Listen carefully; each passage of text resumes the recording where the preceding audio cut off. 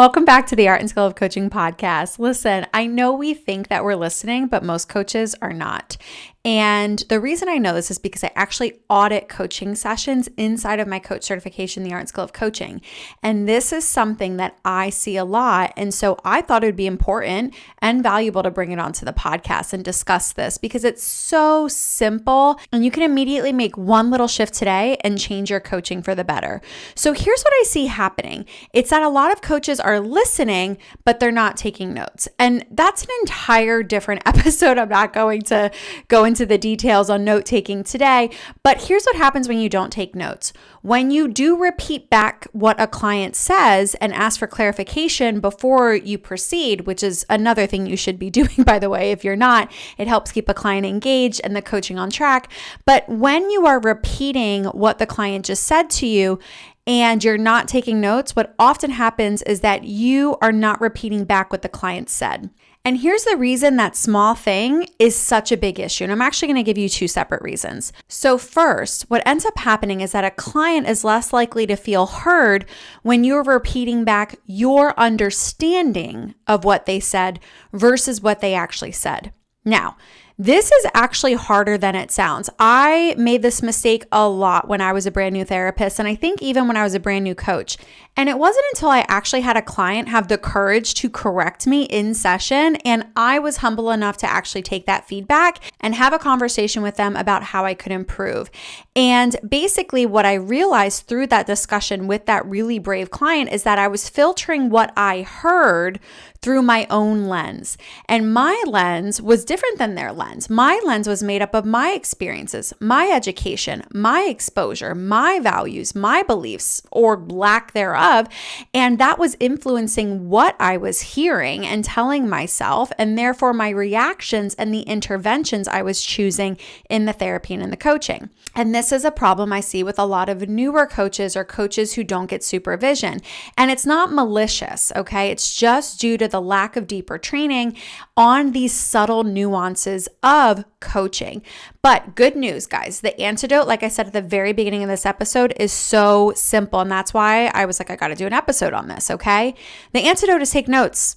That's it. Pen and paper, Google Docs, whatever platform works for you, but take notes. I'm actually going to explain why this is so important in a second. But before we dive into the why, let's talk about the second reason why repeating back exactly what the client says is so important. So there is actually this barrier between the conscious and subconscious mind in your client's brain.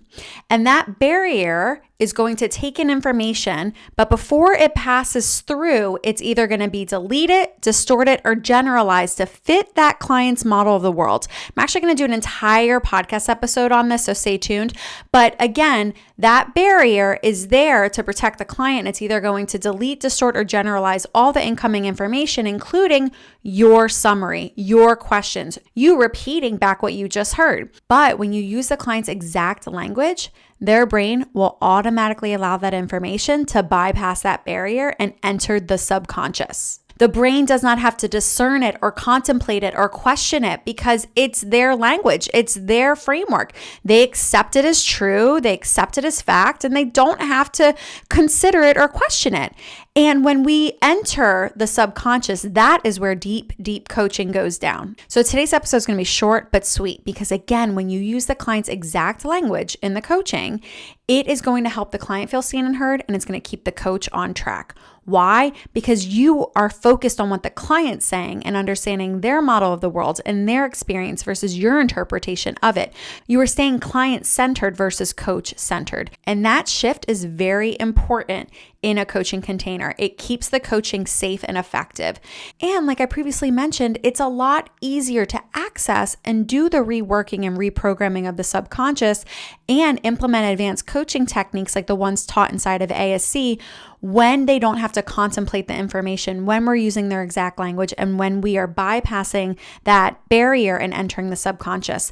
And all you have to do this is take notes. That's it.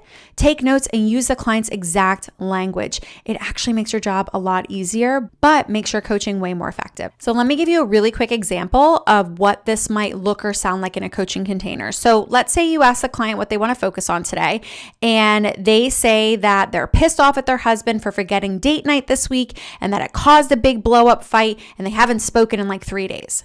Now, some coaches might not even repeat what the client just said. They might go into a personal antidote or maybe a judgmental statement to help the client feel validated, or right into a question. But I would encourage a quick summary before jumping right into a directive question that either moves the client deeper in awareness or forward towards a solution.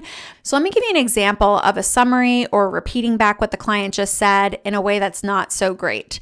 Maybe the coach says, "Oh, I would be angry at my husband too if he forgot date night and was neglecting the relationship." That is not what the client said, okay? That is your interpretation of what they said, as well as a little antidote that the client may or may not have been thinking. Let me give you an example of a clean summary. Maybe a clean summary would sound something like, "So your husband forgot date night and you haven't spoken to him in 3 days this week because you're pissed off?" Okay, got it.